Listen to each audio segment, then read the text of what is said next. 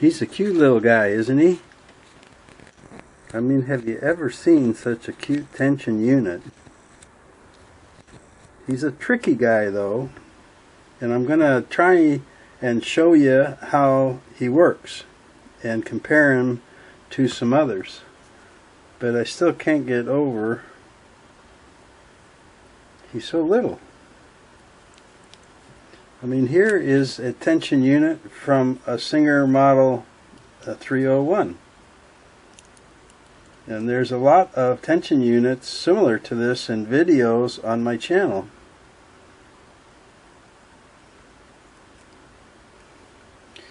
But this guy is like a dinky. Maybe it's because it's a portable machine.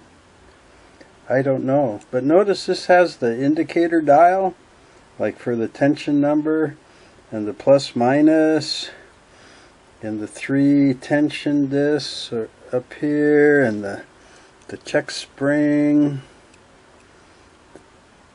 the stud.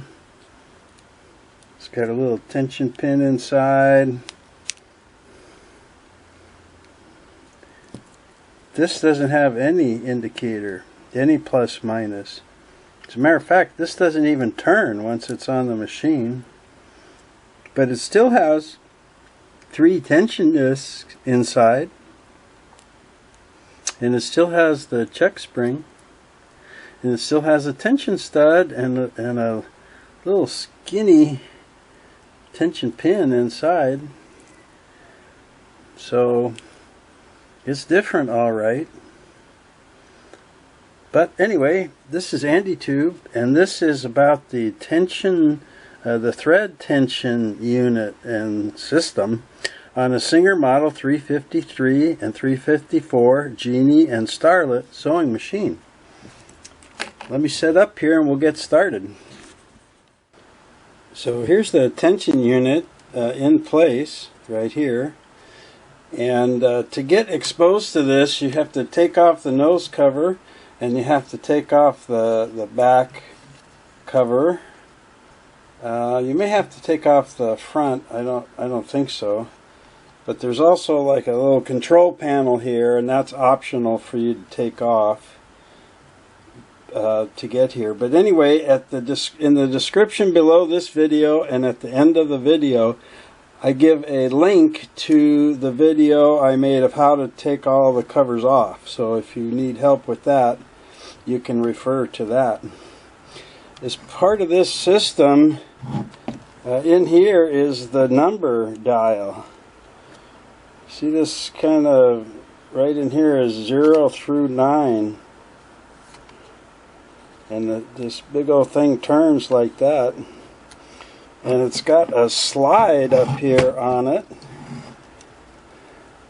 See this? And it slides into this tray. And it's got tension on it from a big screw here and a spring that's adjustable from both ends, I believe, because it has a slot for a screwdriver at both ends. When I looked in the service manual for this in big bold letters, do not turn these screws, so don't touch them. So I'm not gonna. But anyway, in this slide over here is where the pin of the tension unit is attached into this slide. So I start to get the idea of it here. When the slide is forward here, there's not any tension on the disc. Then as you start moving the dial left into 1, 2, 3, it's pulling this back, so there is tension on the disc. And how much tension is set over here? See how this keeps sliding over? Can you see how that piece right there slides? Right? So the more it slides over, I think the more pressure it gets from here. And that's what puts tension on the disc. The slide either just like lets tension go to the disc, or here removes tension. So without tension, you can thread the machine and darn and embroider and maybe stuff like that. Pull your thread out with your fabric, but when it's back, it lets this put tension on those discs. So there's a lot of pieces involved here. And then remember I showed you this 301, right? Well, to release its tension, there's a lever like this built into the nose of the machine, right? When you lift the presser bar, this tension releasing lever goes over and pushes on that pin, which pushes against the beehive spring and removes tension on the disc. And then when you put the presser foot lever down, it rocks back away and lets that beehive spring put tension on the disc. And how much tension you control by turning this dial, right? Less tension, 3, 2, 1, 0. More tension, 4, 5, 6. Oops, sorry, 4, 5, 6, 7, 8. So here, you're turning this dial to put more tension on those discs. And on a machine like the Genie, you're turning the dial like this to put more tension on the disc. And where the tension here is controlled by how much you're squeezing that beehive spring and pushing it into the disc.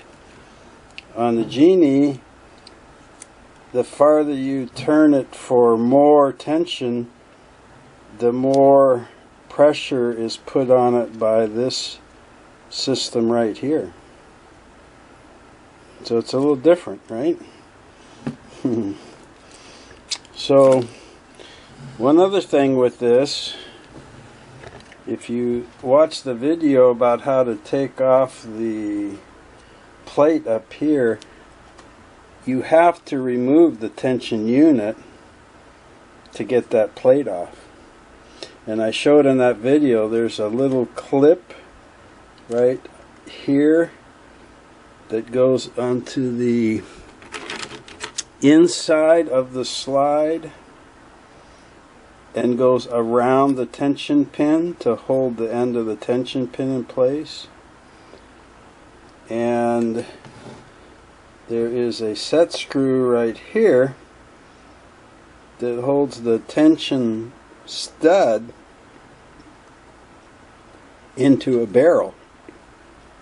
So if you pull that little clip off and loosen that stud, you can pull the tension unit right off the machine and work with it on the bench, and it comes out, you know, looking like that. Okay, and I'll be pulling that out later, but I thought what I would do is people who don't want to do all of that, who maybe just want to get in here and clean this, their tension's okay, they just got a lot of lint or old dirt built up in here.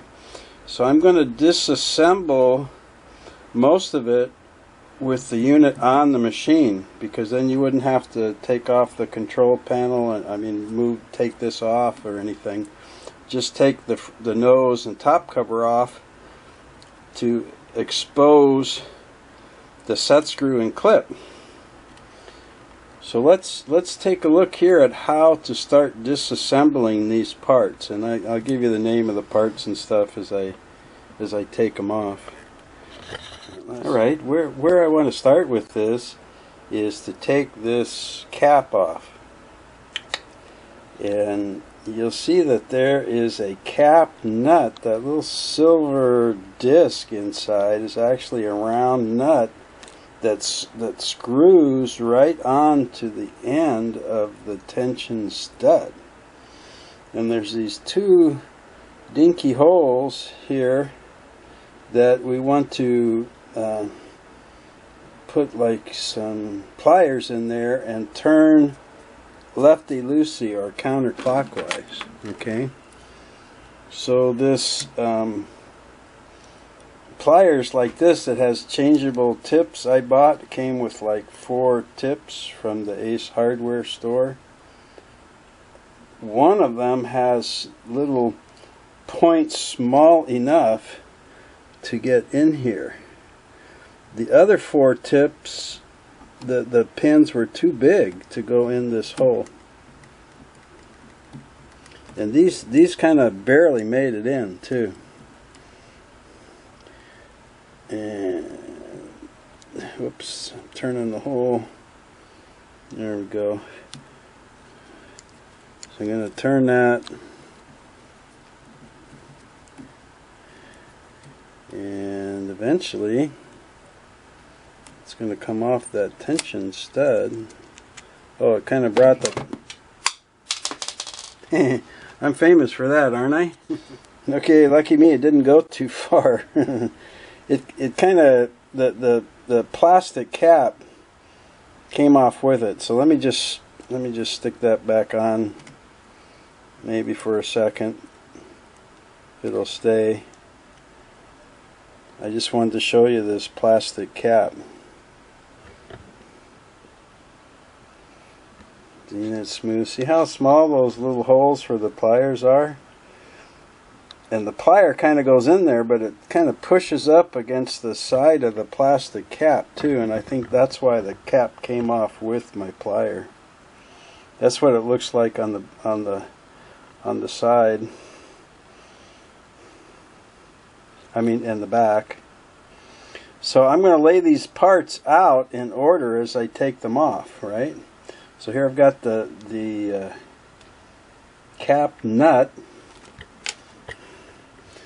And then I've got this little plastic cap, like that, and this one is damaged. See the little. Can you see the little jagged edges here where part of that broke off? So I'm thinking somebody took this off before, or was trying to take it off before, and you know, the pliers just busted out that little bit. So it's a cosmetic thing. The thread doesn't go around here anywhere, so I don't think it will affect the use, but we'll see. You know, I lucked out and found somebody selling Genie parts, so I bought this one to have a spare. So I might trade caps when I'm finished here. But anyway, there's my cap. Now the next thing that's on here is this washer, and sometimes called the friction washer. On the other types of tension units, like on the tension unit for the 301, it was called a stop washer because the pin pushed against it. But it's just like a washer with a bar through the center that bar goes into the slot of the tension unit, right? And that's to keep it from turning. So we'll call it, I guess, the friction washer or stop washer. Okay, that'll be next in order. Let's see. I think the next part that you would take off is the not tension spring, but the check spring, and it's on a little piece here. Let me see if I can get the spring off.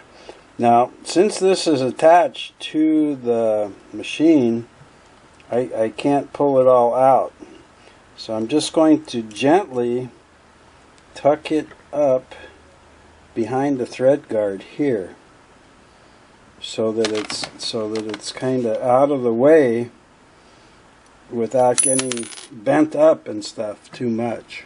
Okay. And what that single coil of the check spring went on was this thread guide here, what I call the positioning finger.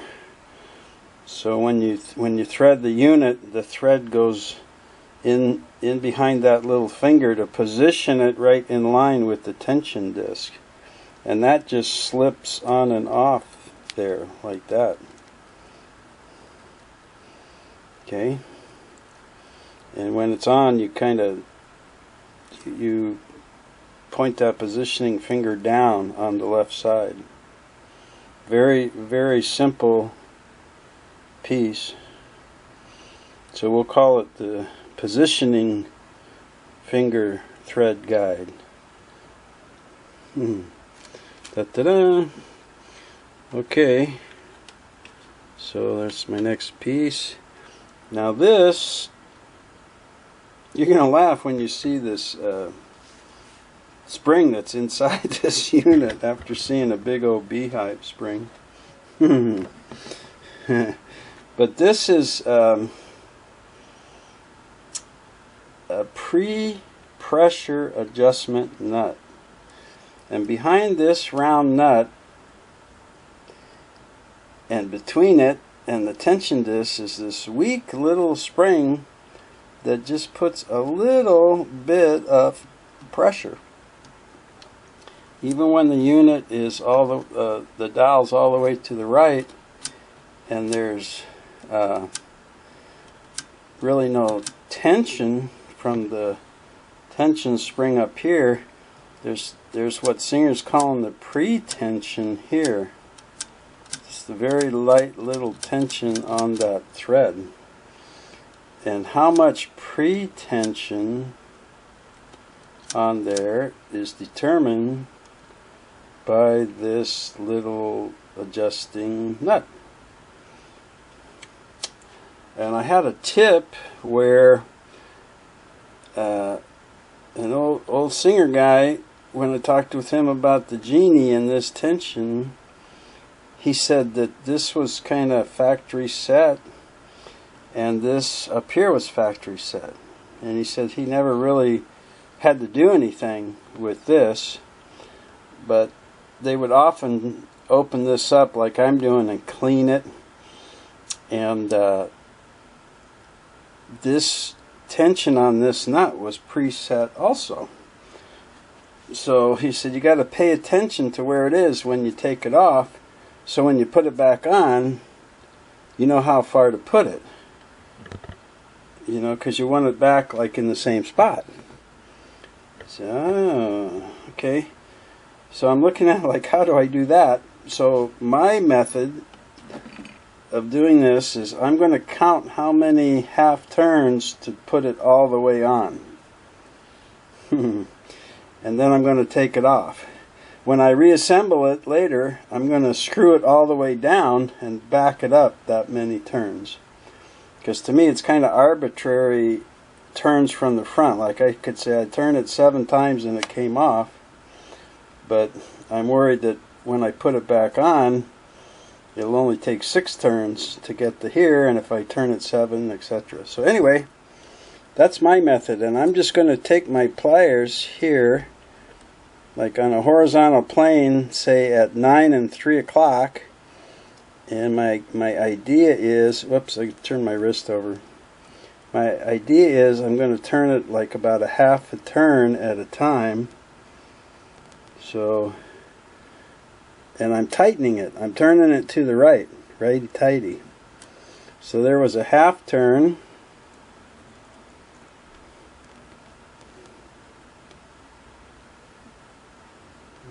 There was a full turn. Looks like it'll go a little more. Whoop.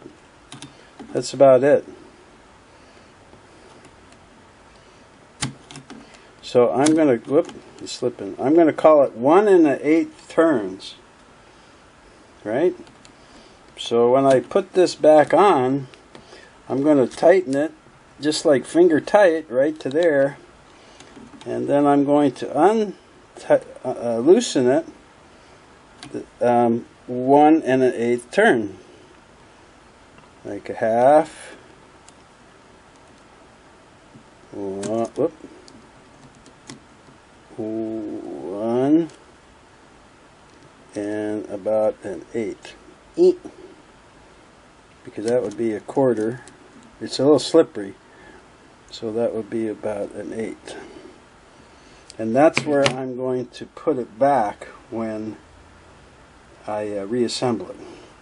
So now that I've got my plan for that, I'm going to just lefty-loosey take off this adjusting nut and keep my eyes out for that little dinky spring that's in here, because you know how I am with these things flying around. Okay, I can see the spring is on the stud, didn't come off, so let me show you this adjusting nut. It's almost like a little cap washer with a couple of threads in the hole. It's not much. It's just to kind of hold that spring on and put a little bit of tension on it, what they call pretension. And then here's this little spring. Wow. Now I was going to slip it on my pointer to show you. Zoom out a little bit here. Give you an idea.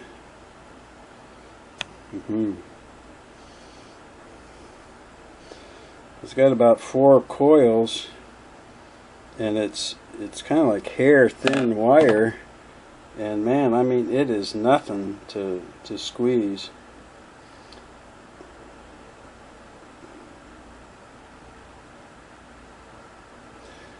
And that's going to be easy to get lost, so watch out. Okay, now I got my tension disc here, but in front of them is another little washer that's like holding the tension release pin against the washers. So at least you can see I can spread these out now. So I guess I could squirt some cleaner or alcohol in there and kind of go around with a lint brush and try and get it cleaned out without taking the tension pin off, right? But let's say that we do want to take that tension pin and washer off. This is where we have to come in and release the retaining clip on it. And that retaining clip is like a little fork end on the inside that slides around the pin. I'll show you. Now you might be able to just reach in here with your fingertips. I'm going to use the pliers just so you can see better. Just slowly pull it off. Whoop. And then I'll show it to you. Now if you watch my covers video, you already saw this part, right? So that fork end goes around the tension pin. And the tension pin has like a big head on it, so it keeps it from sliding through there. Let me show you see that it's got kind of a curled clip there. And this little short end of the clip, yeah, that's a better view of it maybe, goes on the outside of that slide tray, and the fork goes on the inside. And you can see the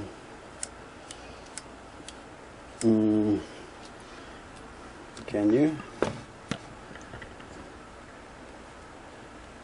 see, get this up. Yeah. You can see the tension pin now is pulling around in there. See if I can push it back. Maybe not. You see the end of the pin starting to stick out here?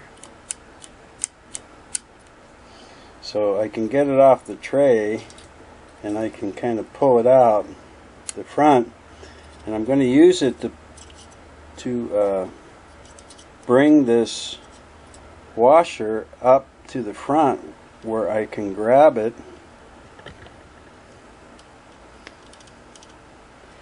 and wiggle it off of the stud. And I'll show you how that works. Alright, let me push this back a little bit now. So here you got the idea of it. And there you can see that this washer is kind of like the other friction or stop washer with a bar, but there's a hole or a cut right through the bar. And that's actually where the pin rides when it's in the stud. The pin kind of slides right in there. Okay, so I'm just going to leave this assembled, but you can take it off by sliding the pin into one of the larger spaces and pulling that pin head up to it, and then I think how I got this before, I tilted it up like that, put the head of the pin through, right? So to put it on, I could go from behind, work the head of that pin through, and then put it back on. I hope that makes sense. Okay, so we've got the tension releasing pin and washer, right? So now we should be able to get these discs off of here. And they're so cute. Where the other tension discs are like the size of a quarter, these are like the size of a dime. But they're along the same theory. You know, they've just got flat sides, is smooth. That's what actually applies the. Oh boy, my magnet will get that one off. There we go. That one's kind of trapped back in the thread guide here. So these discs, they're like the big ones. You know, the same thing. They got flat sides, and they're interchangeable. There's no order 1, 2, 3. You know, like, hey, where's the P hidden under the nut shell? And there's forward or back. You know, the disc is all the same.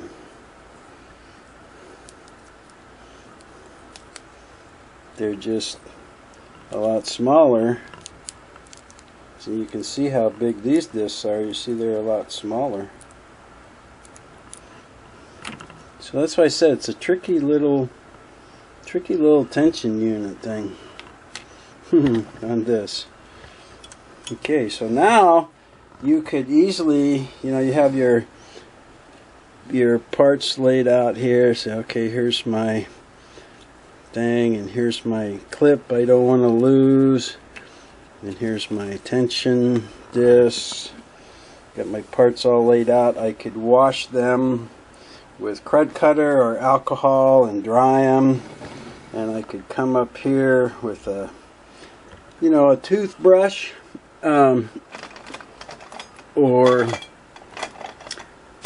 a brass detail brush or something, and I could clean this all out. Now I'm gonna just show you this check spring I got. I had it back here, kind of storing it. I'm gonna let it back out now, but it's just like the check springs on the other tension units. They got that loop that comes out off of the coil. So on the back side here, which can get lint and stuff back here too, and dirt, I could brush it out now, right? I could take my little artist brush and dip it in crud cutter or alcohol, and I could scrub that and get all the stuff off and then put it back together.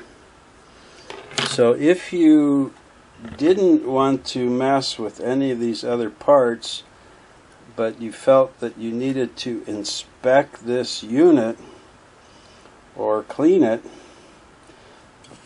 you could do it at this point and then put it back together.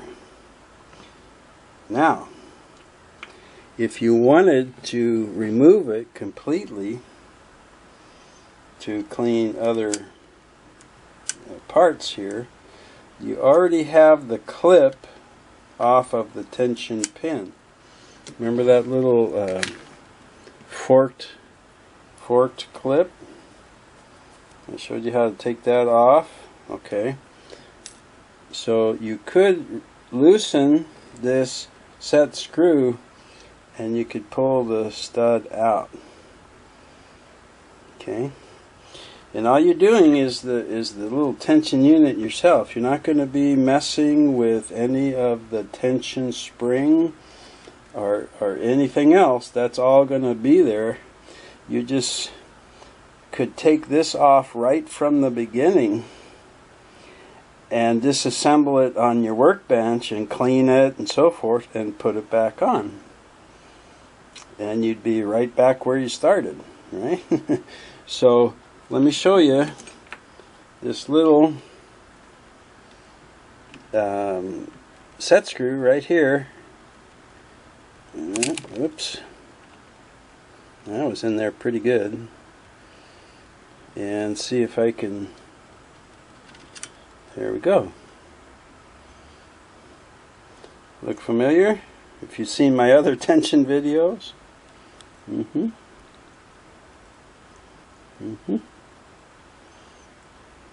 Okay, let me put this back out of the way now, put the machine, and let me put my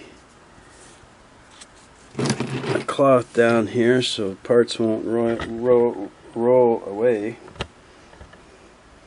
And I'm going to set the camera a little bit, and then we're going to take a closer look at all this. Okay, I wanted to show you the check spring situation here. To get the check spring off of the stud, you can just pull the single coil gently off the front, right? Get it off of that stud. It's a fiddly little thing. There we go. And then pull the big coil off the back. So it looks just like most other check springs, just like this one for the 301, kind of the same situation. The coil's not as big, but it's the same principle here, right? And that's going to go about here for now. And then this will give you a close-up look at the stud. Now this part back here where let me just put one of them, where the tension discs go. That's called the tension disc thread guide and guard. So when you thread, you bring your thread down here and into the tension disc, and it guards the tension disc from dust and so forth, dirt getting in there. Okay. And on the back side here, this has a metal, kind of metal tube on the back side here. And let me get something to point with here. Can you see this slot, like right there? Okay, and then there's one 180 degrees from it, right there.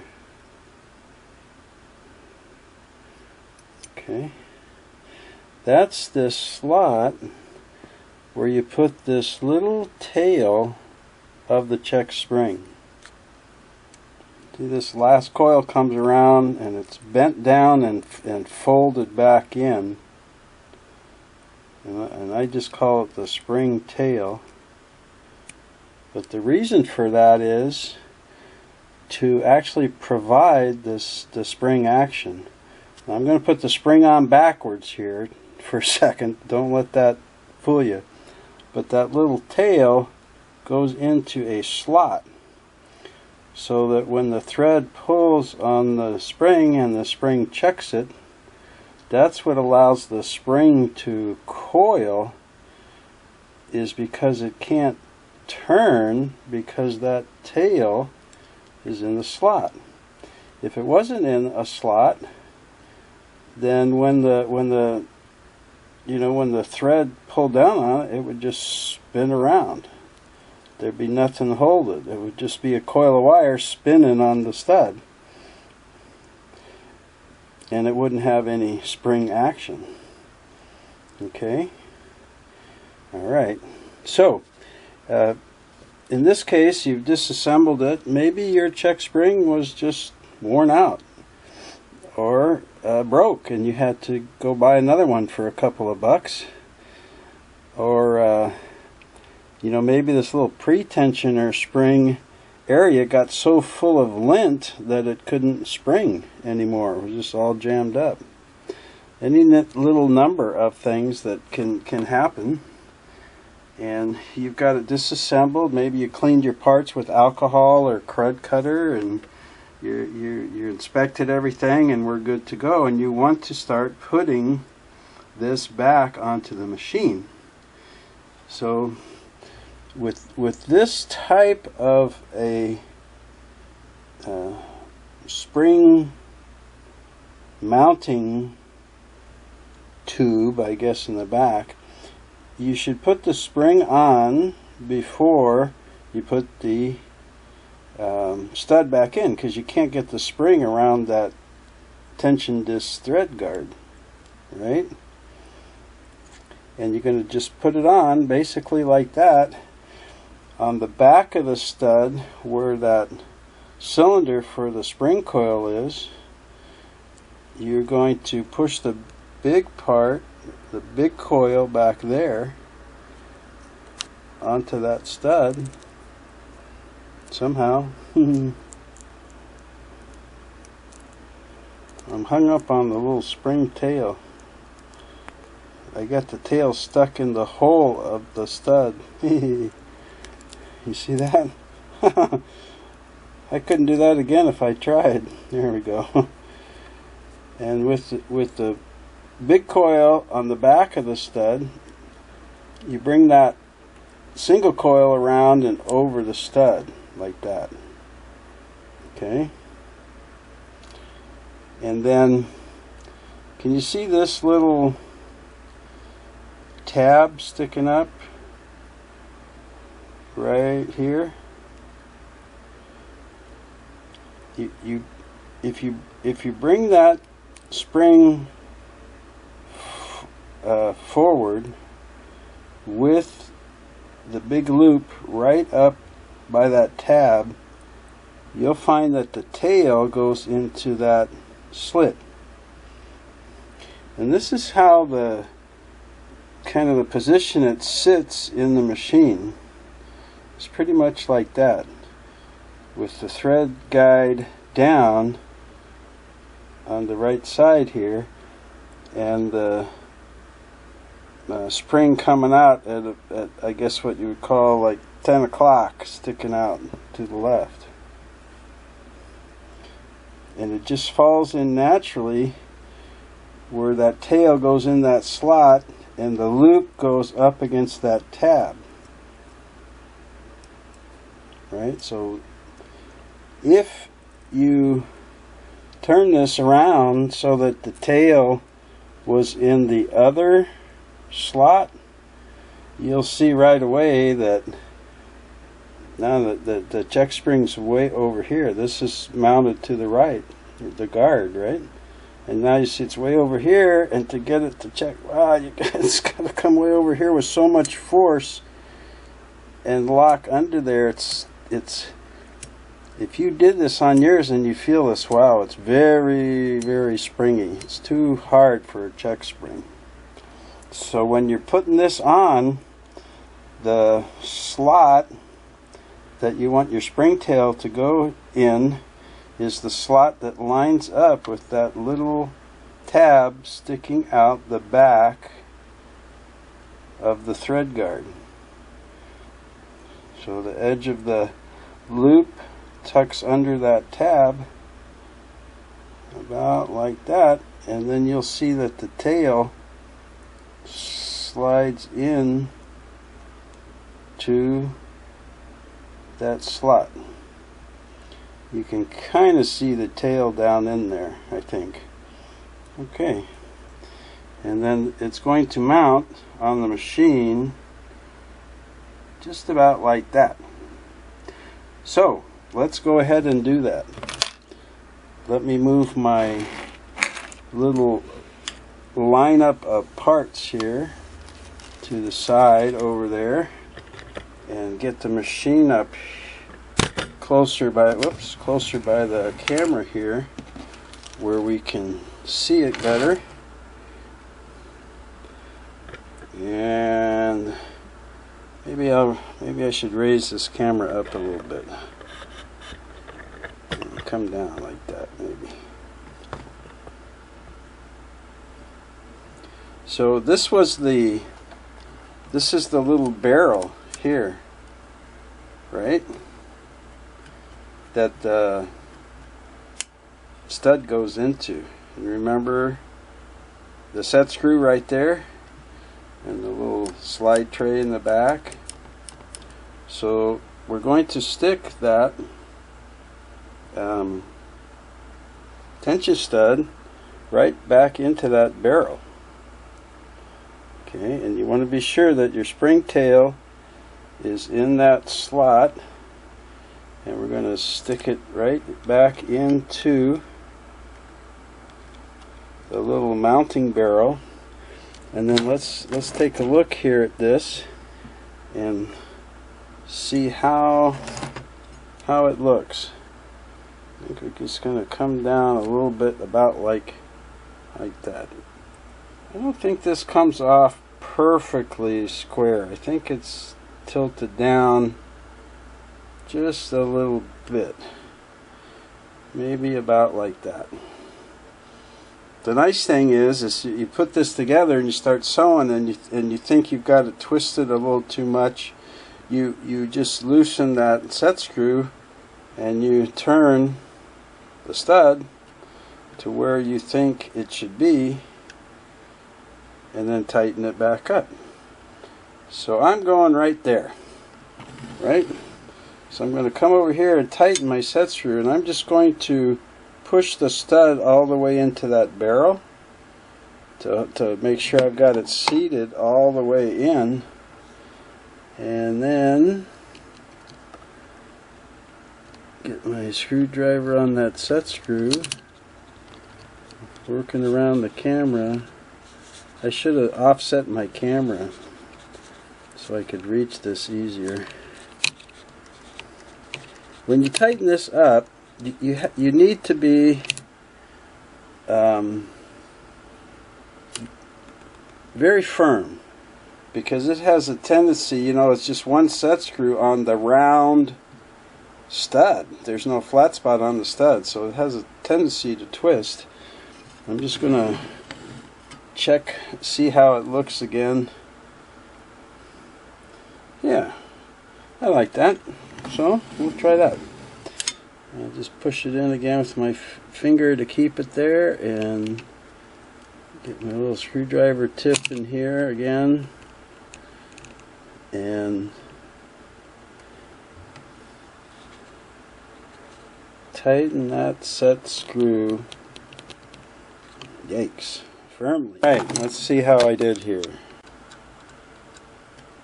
What do you think? I think it looks pretty good. What's going to go on here as we start assembling it is I'm going to pull that single coil off of the stud and tuck it back onto that little tab in the back so it stays out of the way, and I'm not fighting it to get my 3 tension discs. 2 tension discs. No, just kidding. It didn't go on the floor this time. So I put my 3 tension discs on there, and that's a very good start. Now is when I need to put this little washer with the tension release pin. Remember that funny shaped washer? It looks a lot like the stop washer, right? Except the center bar doesn't go all the way through. It has a space for the pin. So the way that I do this is I get the pin started down the center of the stud, get it back in there so that everything won't fall off the front here. Then I'm going to try and manipulate that washer to get those center bar pieces into the opening in the stud. And as you start doing it, you'll see that the pin in the center of that hole. So,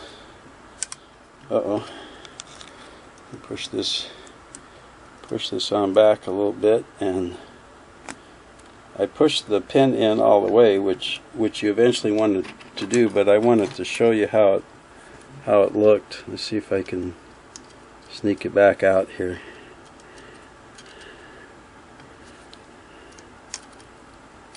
There. So there's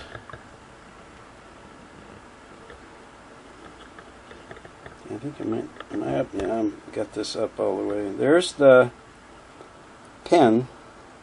Now if I pulled this, it would pull that washer out again. Okay.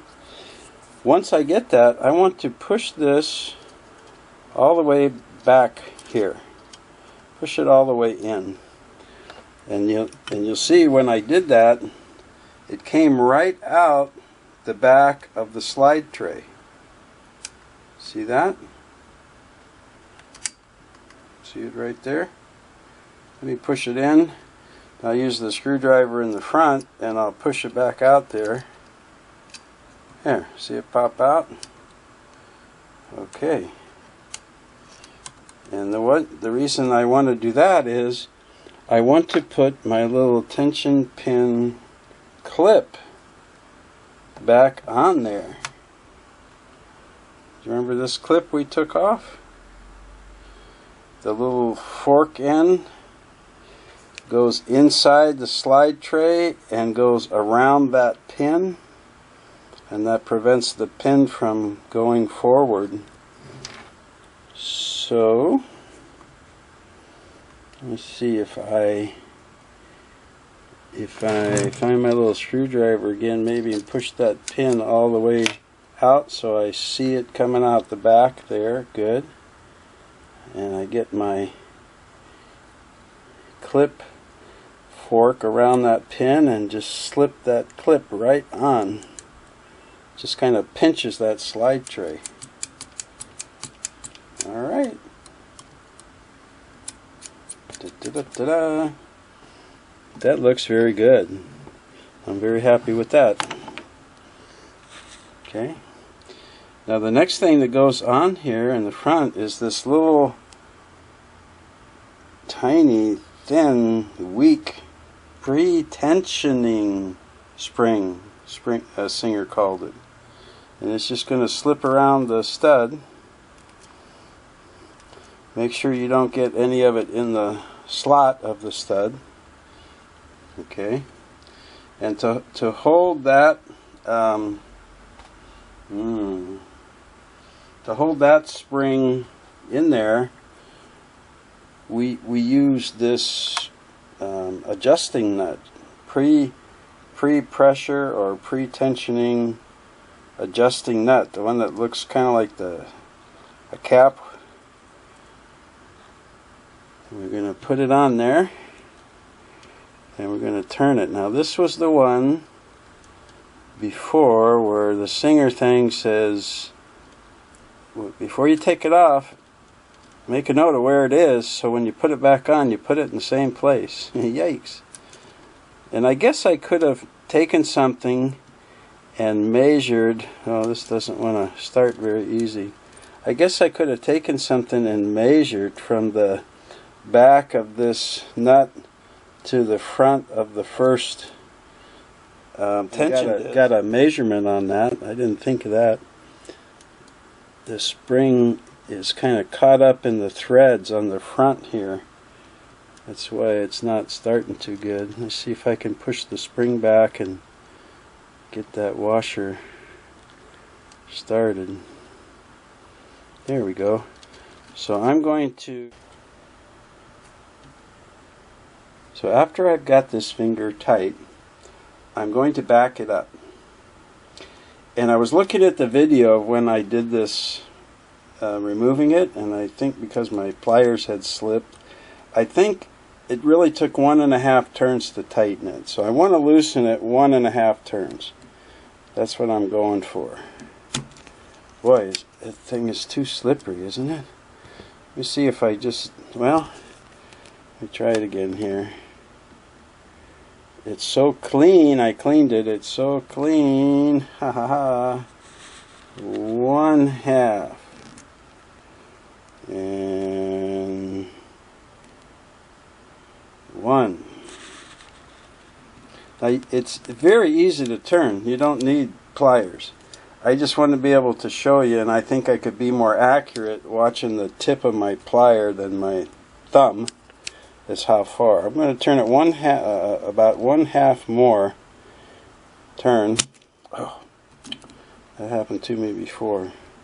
So about 1/2 more turn. If you want to just do this with your fingertip, or what I was talking about was I could have taken a measurement back here, you know, between the back of this nut and that washer or the tension disc, and said, oh, it's so many millimeters, or you know, 1/32 of a 1/16 of an inch or something, and done that. Okay. Now, with this being on there at what I'm estimating was the same place it was before I took it off, I want to put this positioning finger thread guide back on. And when this goes on, the little finger, kind of like it's a little upside down claw or something, it goes on the left side, hanging down. And there's really not, it kind of, how do I say this? When I put it on, let's say with the positioning finger up here on the top, okay, if I put it on there and start turning it, it gets to this point where it kind of slips into a place and hesitates there. if I keep turning it left, I can force it out of there on. But when you get to that place, that's the place that it's supposed to sit. So to clarify, I get my positioning finger opening up at the top at 12 o'clock, right? And I'll push it against the stud, and I'll just start turning it down like a dial. And when it gets down, that finger gets down to about 9 o'clock, it just slips into a little spot there. And that's where I'm going to leave it. Right to there. That allows the thread to come over the top, click underneath into that position finger gap, and put the thread against the check spring. Now to keep this assembled, this is where I'm going to pull my check spring loop, where I've been storing it on the back side here, and I'm going to pull it around to the front and slip it over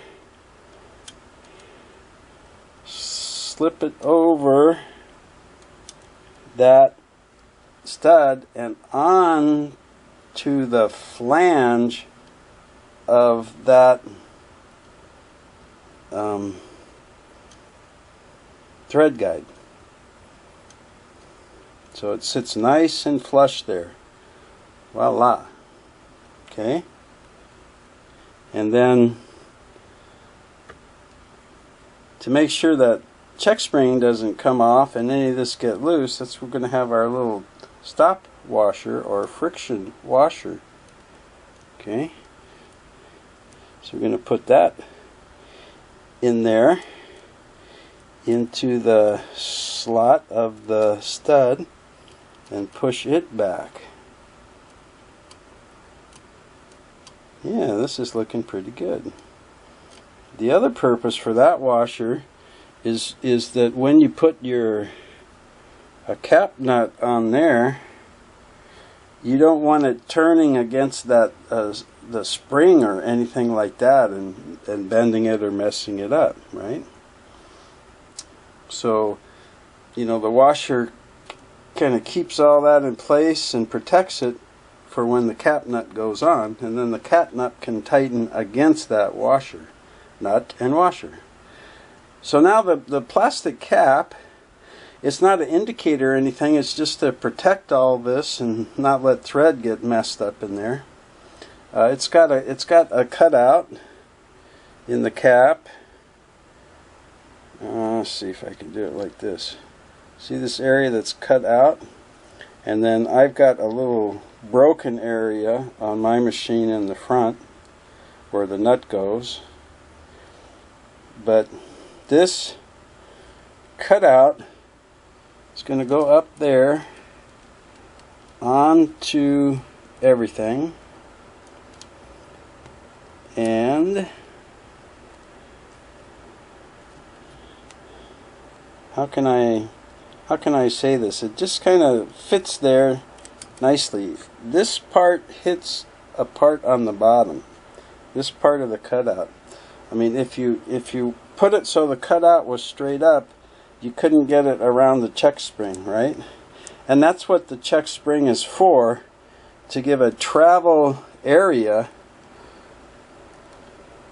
for, I mean, that's what that cutout is for, to give a travel area for the check spring, and then to act as a stop when the spring comes up.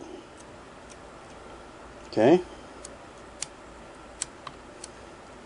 So it goes just about like that. Doesn't want to stay there. Let me see if I can get it up there.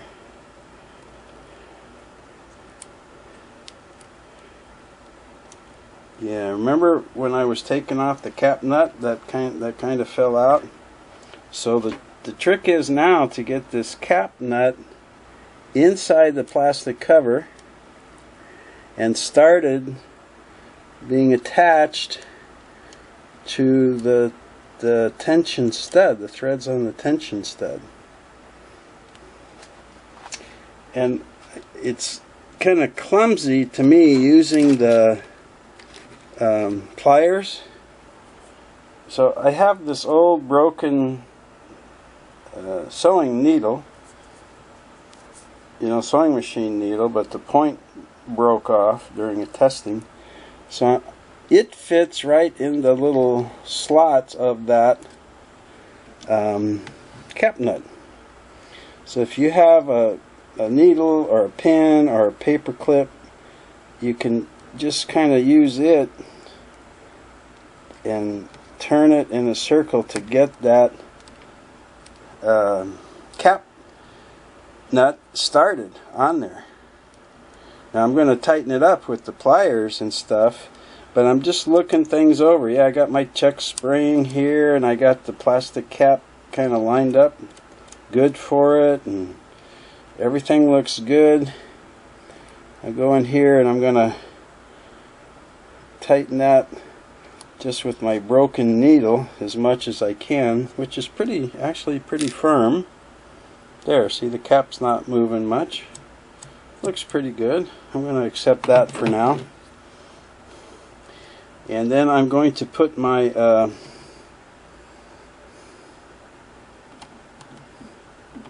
little needle nose plier with the little pin on here, squeeze them in, and this turns clockwise, righty-tighty, and it turned a little bit more, didn't it? There. Ta-da! Okay. That was actually pretty good, don't you think? And I still got my line up here. Hey. Okay.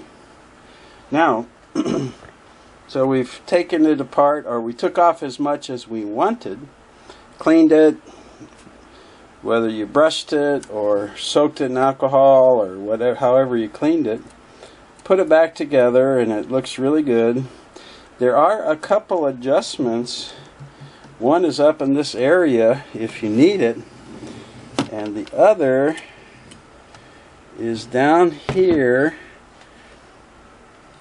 and it really actually sits on the pressure bar pin.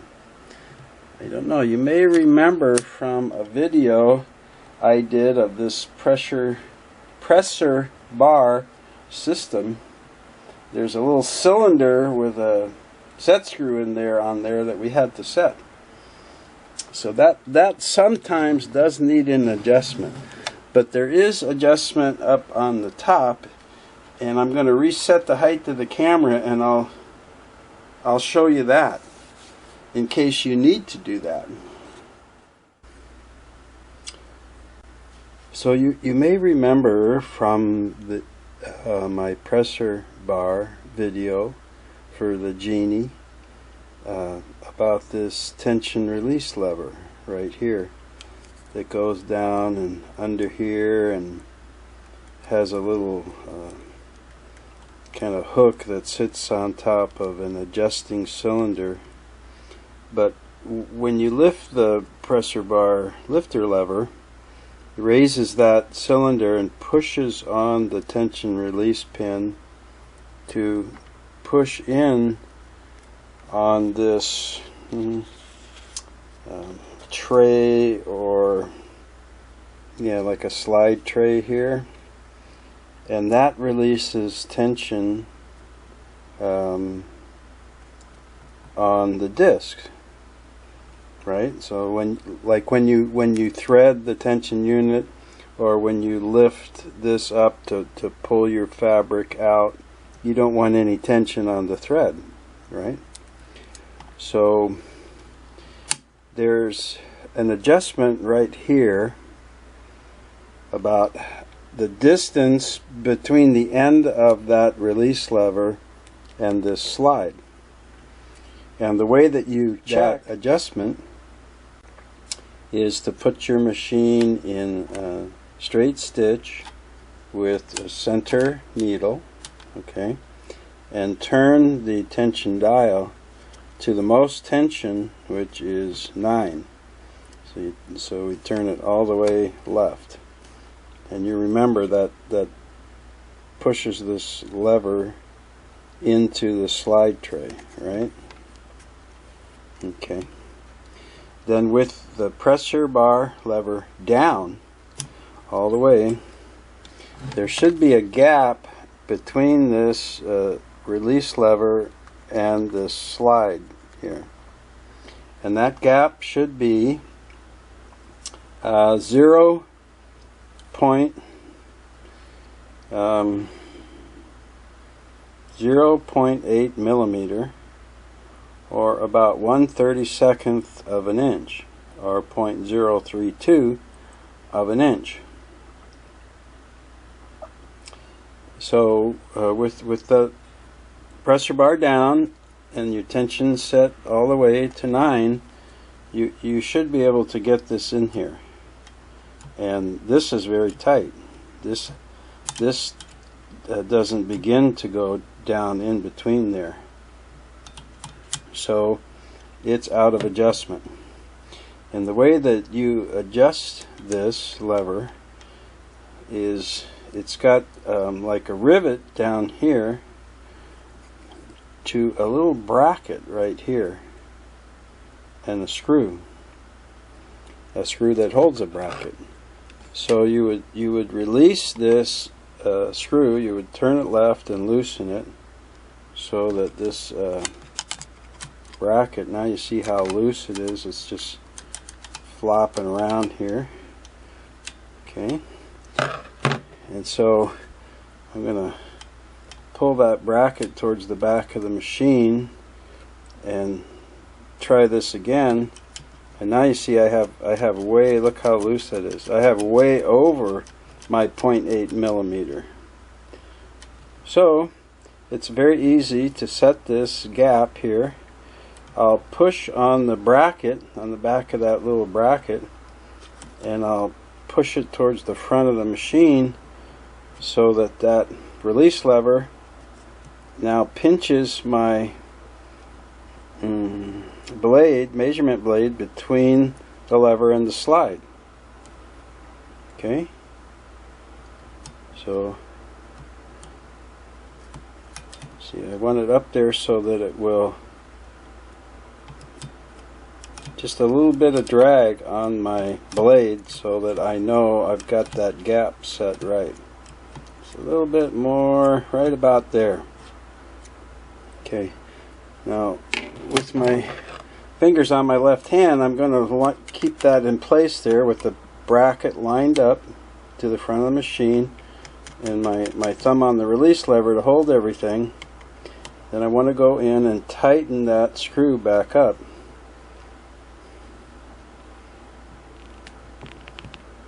Good and firm. Okay, let's test my adjustment now that I redid it, and we'll see tension pressure dial all the way left to 9. Pressure bar down, I've got complete tension on those discs. They're like glued together. I can't get my tip of my little screwdriver in there. But when I lift the pressure bar lever and it rocks this tension release lever over against the slide, that's supposed to release that pressure, and it does. Now you can see I can put the tip of my screwdriver in there real easy. The only tension or pressure on those tension discs is from that little pre-tension or pre-pressure spring in there. So that's perfect. Now if I lower this down, and let's take my tension back to about 5 in the middle, should be the same thing. I should have good tension on there, right? But when I lift my lever and rock this, it should release that, so only I have that little tiny bit of tension from that little spring. Good news, right? Okay, and then of course if I go to 0 pressure, it should be loose, and it is. So that usually does not need adjusting up here. It's usually okay, but it can require, there's a little pressure on there, it can require usually just a cleaning and a little bit of oil on the lift pin and that little rivet down there that this hinges on. You usually don't have to make much of an adjustment here, but if you do, now you know how to do it. Okay, how about that? Now, just for the fun of it, I'm going to so that's about the tension system, thread tension system on the Genie. If you want to stick with me, I'm just going to do a little comparison, because this was quite fascinating to me. After working on so many tension units like this, that was pretty much the standard, you know, going back to model 15 and 66 and all that, and later the slant needles. And if you've seen my 337, 338, 457, you know, at some point in time in like the 60s, Singer changed these metal indicator dials and stuff, and numerated dial to plastic, and we have the little problem on the 237 where the plastic bar in there broke, and I had to replace that indicator dial. But it was a great system for so long, and the only other part of it was this was the tension releasing lever that was in the machine back behind, you know, the pressure bar. When you lifted the pressure bar up, it rocks that lever, right? And it would push the top end of it here against the tension pin, forcing this beehive spring in here to push back and release tension on the disc. So that was it. When you get to these modern machines like this, they still use the same principle, right? There's a check spring and tension disc and something putting pressure on it. And then now you've got this tension release lever that goes down here and way down, and the tip of it, or a little fork on the end of it, ends up in here on the adjusting cylinder on the pressure bar pin right there, so that when you lift the pressure bar, it lifts that cylinder, which rocks this big old long tension release pin over to the slide, which is connected to the dial, which is connected to this factory set tension spring. All this. So I just, for the heck of it, I wanted to show you something, because I was fooling around with it. But I'm going to take out these two screws right here and kind of show you the tension complete. Now, you won't be able to do this if you have that flowered control panel on the front here, because this will be going through that piece of plastic. But since I haven't put that back on yet, I was fooling around with this, and got to be careful here, because I got to lift that fork off. That little fork end has to come off of that cylinder. But look, that's what replaced the tension unit from before. So I don't know, they started using a lot of plastic and doing all this stuff, but to me they added a lot more parts, you know, because here was the existing system for 50 or 75 years, or maybe longer. And as they moved into the 1970s, this is one of the types of systems they went to. Later they went to automated, where you don't even see this outside the machine. It's just some tension discs and springs and stuff inside. So this is I think 79, this model. This is like the newest machine I've worked on and that I would care to own. You see there's still a lot of metal parts and stuff in this cast aluminum frame and everything.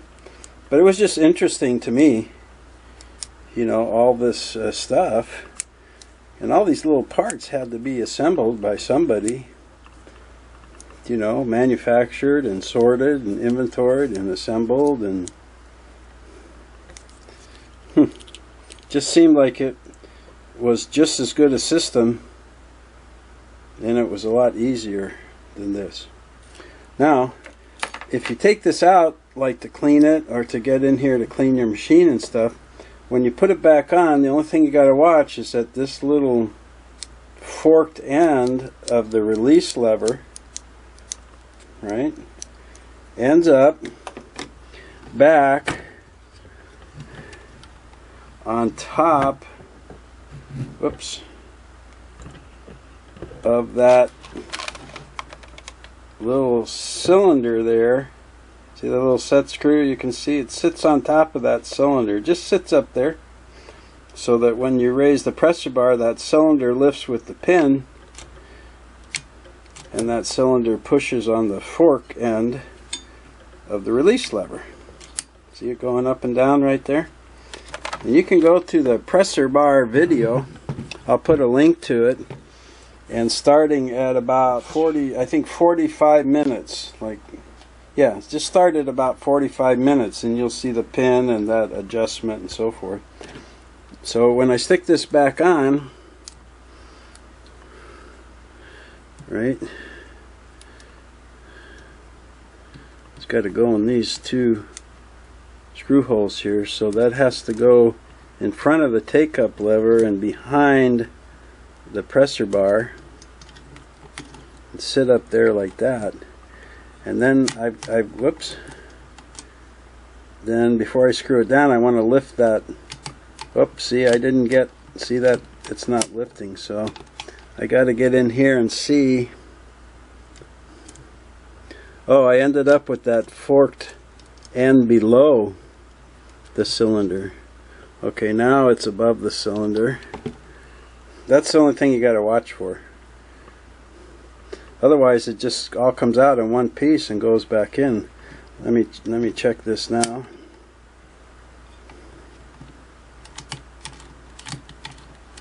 Yeah, I think I'm good on that. So I'll put the two screws in here and then I'll just verify that. I see my camera's flashing at me. I'm just about out of batteries. But I wanted to show you that I got a kick out of it myself when I said, what is all this? How does this all work? And I took it apart and I was like, wow, what a system. You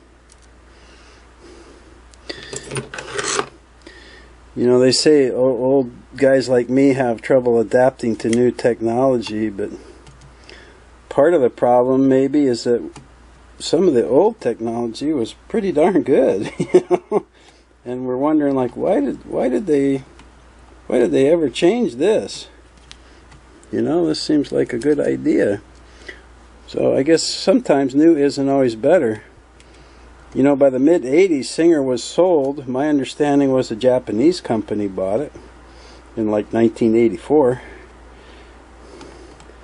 And all the machines were heading more and more towards plastic, and other countries were making machines so cheap that Singer USA, after whatever 150 years, couldn't compete anymore. So they sold it. I think you started seeing machines getting made in Taiwan, and now of course I think a lot of them are made in China. So oh boy, I'm having trouble going around the camera here. I'm afraid my I'm nervous because my battery's flashing like crazy. So I better say thanks for watching about the thread tension system on the Singer Model 353, 354 Genie and Starlet sewing machines. Oh, that's funny. I'm just back with a handheld camera here, but I couldn't get that screw to go in there because the two screws are different sizes. And I was trying to put the fatter screw into the skinny hole. That's what I get for worrying about batteries on my camera. So I wanted to make you aware of that. Two different size screws. The skinnier screw goes in the right, and the wider or fatter screw goes in the left. Then they'll go in real good and you'll be in good shape. Thanks. You know, it's a good system and it works. So now you know a little bit more about it. I hope you come back and see me. I got a few more videos to do of the Genie. Thanks for watching and take care.